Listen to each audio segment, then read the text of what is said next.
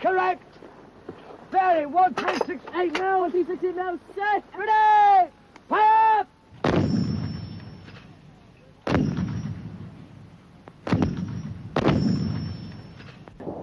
On the Argentine positions, the artillery was falling like rain, drenching the mountains in debris and smoke. Once the Scots Guards had battled their way to the top of Tumbledown, the Gurkhas prepared to move through onto Sapper Hill, the last ridge, almost on the outskirts of Stanley itself.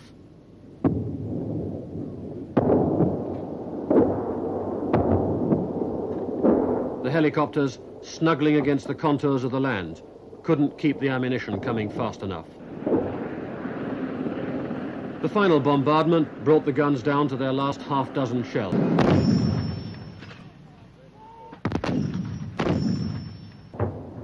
But short of ammunition or not, the British shells kept falling remorselessly until the Argentine line broke. An Argentine cameraman showed what it looked like on the receiving end.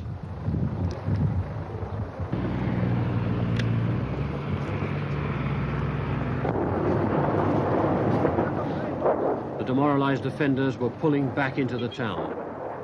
Officers and men were arguing. Discipline was breaking down.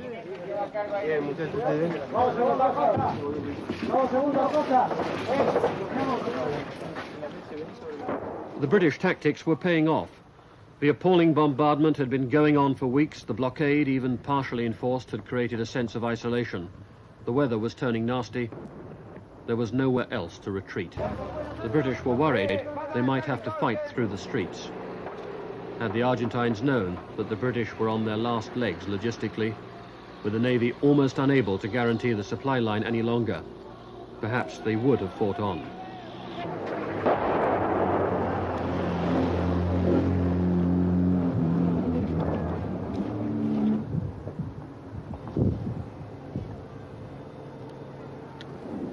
Instead, suddenly it was all over.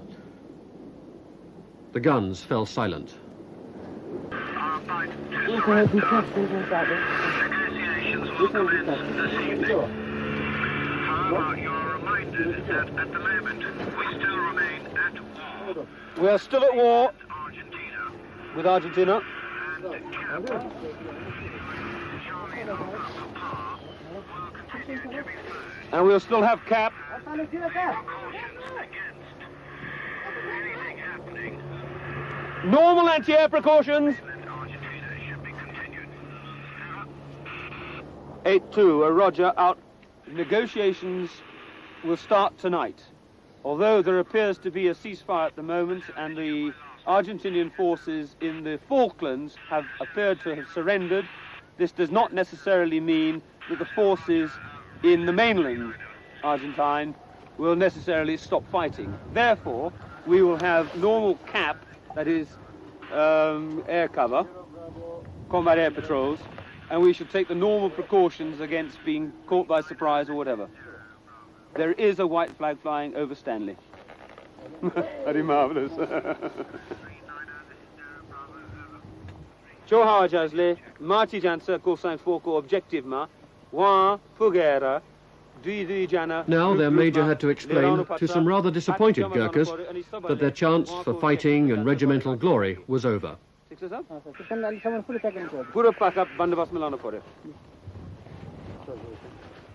The troops began the dangerous march into Stanley, weaving their way through the minefields which surrounded it.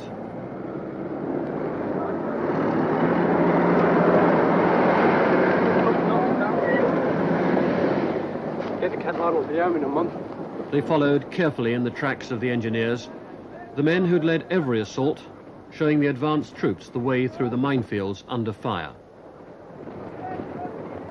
So helter-skelter had been the final move forward that his troops were almost at Moody Brook, the Royal Marine barracks on the outskirts of Port Stanley, before Brigadier Thompson of the Commander Brigade caught up with them. I didn't think it would happen quite as fast as this. I expected this to be happening tomorrow and not today. But I'm delighted that it's happened today.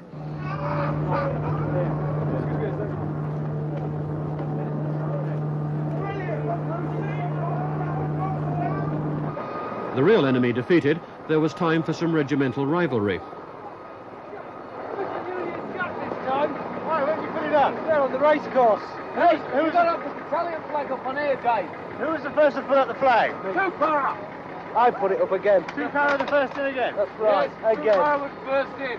How much did you beat the others? 2.5 hours. So how long have you been here now? Since about 3 o'clock. 2 off, 2, 3 o'clock. What sort of opposition was there? Running opposition. Running. They ran away. So you just came straight in? That's right. And told to stop?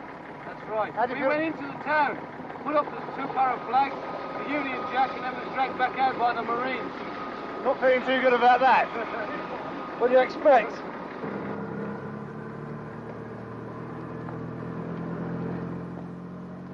Argentine officers were allowed to keep sidearms to emphasize their authority, perhaps even to ensure their safety against their men.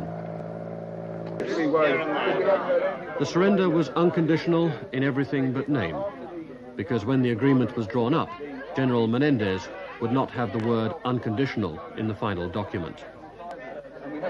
In Downing Street, news of the Argentine surrender came as an enormous relief.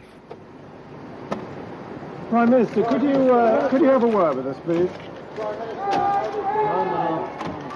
Mrs. Thatcher, just back from telling the Commons, was exuberant. Here.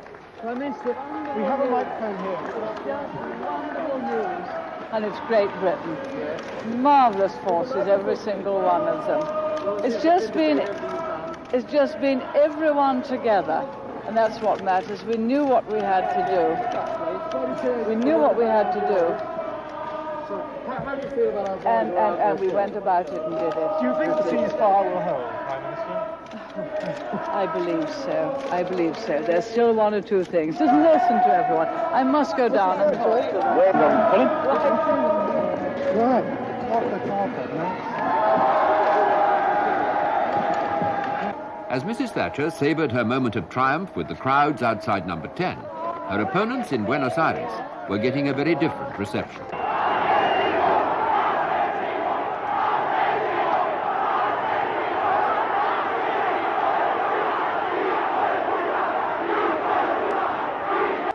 General Galtieri had intended to address the crowds from the balcony of the presidential palace. But because of the anger and stream of abuse directed at the Argentine leadership, the president took the precaution of addressing the nation from the safety of a television studio, far from the noise and violence of the scenes outside.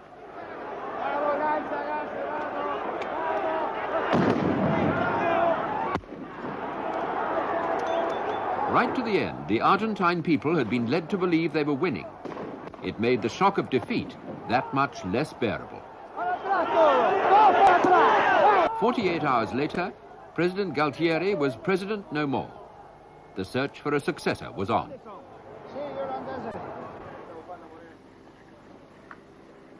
The uncertainties in Buenos Aires were having their effect on the Falklands.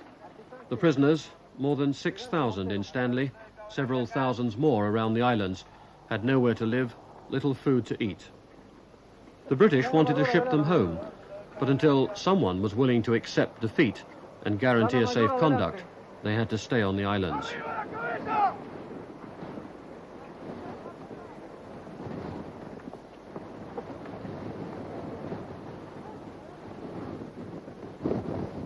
The prisoners were taken out to the squalor of the airfield and left amid the mud and debris to fend for themselves. Suddenly, the danger of men dying needlessly through exposure seemed very real. It was several days before Argentina was stable enough to strike a deal to bring them home. Despite the vigor and the confidence of the British troops, it was a close-run victory. The length of the supply line and the need to defend it strained the Navy greatly. It could have gone the other way. At the end, it was a case of whose nerve broke first. General Moore kept his, and kept to himself, any doubts about winning until the battle was over. One has one's moments of doubt, and I would have thought that all human beings have their moments of doubt.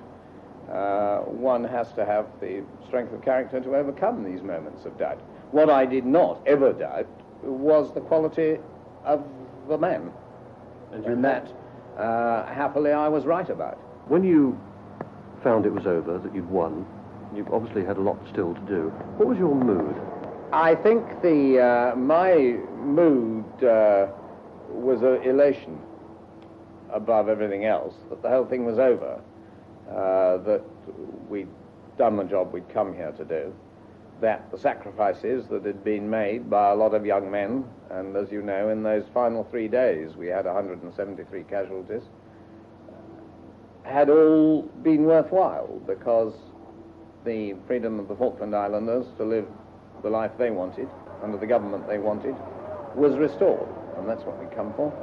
So it was a great sense of elation in that sense.